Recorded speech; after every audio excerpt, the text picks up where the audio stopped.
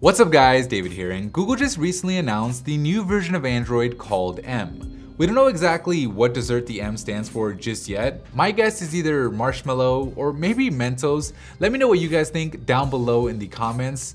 But after Google I/O and having the developer preview of M installed on my Nexus 6, I've gotten a pretty good idea of what I think are the top 10 best new features. So we'll start off with probably the coolest new feature at number 1 in Now on Tap. So if you've ever used Google Now, you know just how smart it can be. And with Now on Tap, Google Now is getting even smarter, going way beyond just grabbing information from Google's own services. In Android M, when you tap and hold on the home button from any app, Google Now will scan what's on your screen and give you relevant information. For example, if you're in the messaging app and a friend is talking about a certain new movie, tapping and holding on the home button will give you information like showtimes, reviews, and links to related apps like Flickster. If the information you want isn't available, you can always just ask for it.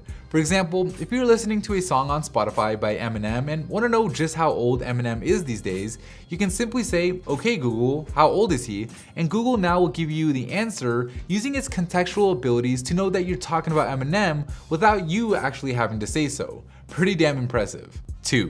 Doze. In pretty much every new version of Android, Google tries to make battery life better, and Android M is no exception. This time around, Google introduced a new feature called Doze, which is said to significantly improve a device's standby battery life by putting apps into a deeper sleep. So effectively, what Doze does is give up a little bit of app freshness during standby in exchange for longer battery life. Of course, Doze only activates when you have your phone, or more likely your tablet, just lying there unplugged for hours at a time. Doze will detect this idle state by the lack of significant movement detected by the motion sensors and will then restrict app activity down to a bare minimum. The result, at least according to Google's test, is devices running on M improve their standby battery life by up to 2 times, which is absolutely huge. 3. App backup. Whether you're getting a new phone or doing a hard reset, eventually you're going to have to go through the somewhat tedious process of resetting up everything on your phone. Right now, Android tries to help you with this process by automatically reinstalling your apps after signing into Google. But none of your app's data and settings are actually restored, so essentially, you're still kind of starting over from scratch. In Android M, however, not only will you have your apps automatically reinstalled for you, you'll also have them more fully restored, with M backing up to 25 megabytes of data per app. Obviously, you won't have all your cache backed up, so don't expect things like songs in apps like Spotify to be included, but having at least important data and settings for your apps automatically restored is definitely a nice feature to have. 4. Fingerprint support. So we've seen phones with fingerprint scanners on Android for a while now, but these were always third-party implementations. With M, Google is finally baking fingerprint support right into the OS. As long as the phone has a fingerprint scanner, you'll be able to use it to unlock the device, make payments with Android Pay, which is basically Apple Pay but on Android, authenticate Play Store app purchases, and use the fingerprint scanner for third-party apps since Google will be giving developers access to the scanner similar to how Touch ID works on the iPhone. Nothing necessarily mind-blowing here, but some much needed catching up by Android. 5. App Drawer and Launcher. In M, the app drawer has been updated to where you now have the ability to search for an app at the top, see your most recently used apps in the first row below it, and scroll through an alphabetized app list that together should make finding an app much easier. The widget menu has also been revamped to neatly organize widgets by their respective apps, and you can finally uninstall an app directly from the home screen instead of having to go through the app drawer or settings. 6. App permissions. Right now on Android, when you try to download an app from the Play Store, you're given a list of things that the app wants access to, like your contacts, location, microphone, or camera.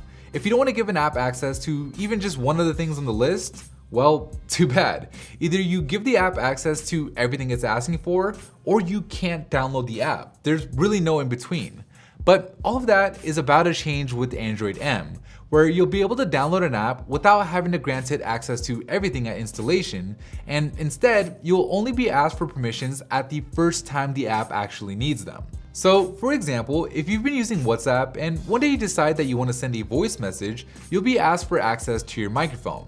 By asking for this permission at the very moment that the app needs it, you'll have the context to be able to understand why the app wants the permission and can therefore make a much more informed decision. If you decide to grant the app access, great, you'll be able to use that feature. If you deny the app access, obviously you won't be able to use it, but at least you'll still be able to use the rest of the app, which just wasn't possible on Lollipop or below. 7. Adaptable storage. Phones with SD slots are becoming somewhat of an endangered species, but with Android M, those SD slots are going to be even more valuable than they are today, with the ability for a phone to adopt an SD card as internal storage. Meaning your high-speed SD card will work pretty much the same way your internal storage does without any of the limitations that SD cards have traditionally had. Of course, SD cards have to be formatted and encrypted for this feature to work, so you won't be able to use the SD card in other devices for security reasons, but that's a cost that I think most people would be willing to pay for effectively doubling or even quadrupling their internal storage. 8. Direct share. Android has been good about sharing options since day one, making it possible to share content from one app using another.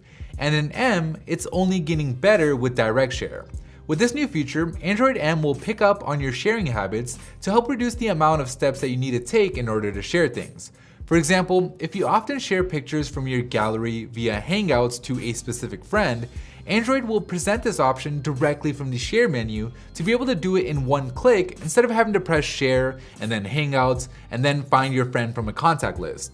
It's not a huge feature by any means, but it's actually one I'm really looking forward to. 9. USB Type-C. It looks like the long run that micro USB ports have had on Android is finally coming to an end, with Android M supporting USB Type-C. So what will USB Type-C bring to the table to justify having to throw out all those extra micro USB cables? A lot actually, but the main ones are faster charging, a reversible charging port to make it easier to plug in either direction, and two-way charging. So not only can you charge your phone, but you can charge someone else's phone with your phone, turning your phone into somewhat of an external battery pack. 10. Web and app experience. So there are actually two features that improve the web and app experience in Android M. The first is Chrome Custom Tabs, which allows apps to use a customized Chrome tab when a user clicks on a web link right from within the app itself, giving you the advantages of Chrome like safe passwords and security without having to leave the app itself and open Chrome separately. The second feature is App Links, where clicking on a link to a certain URL will automatically open up the appropriate app when available. For example, if you get an email with a link to a tweet, clicking on the link will automatically open up the Twitter app without you actually having to tell the phone to do so in a pop-up dialog. You can turn this feature off on a per app basis if you want, but for the most part, just like with custom tabs, it should make handling links you encounter on Android a little bit more seamless. So there you have it. Those are the top 10 best new features in Android M. The recurring theme, at least with most of the new features like Now on Tap and Direct Share, is that Google is trying to make your smartphone smarter by predicting what you want before you actually need it, making Android a little bit more convenient to use. Anyways, that about does it for me in this video. If you liked it and want to see more content just like this, be sure to hit that subscribe button. Thank you guys for watching, and as always, I'll see you in the very next episode.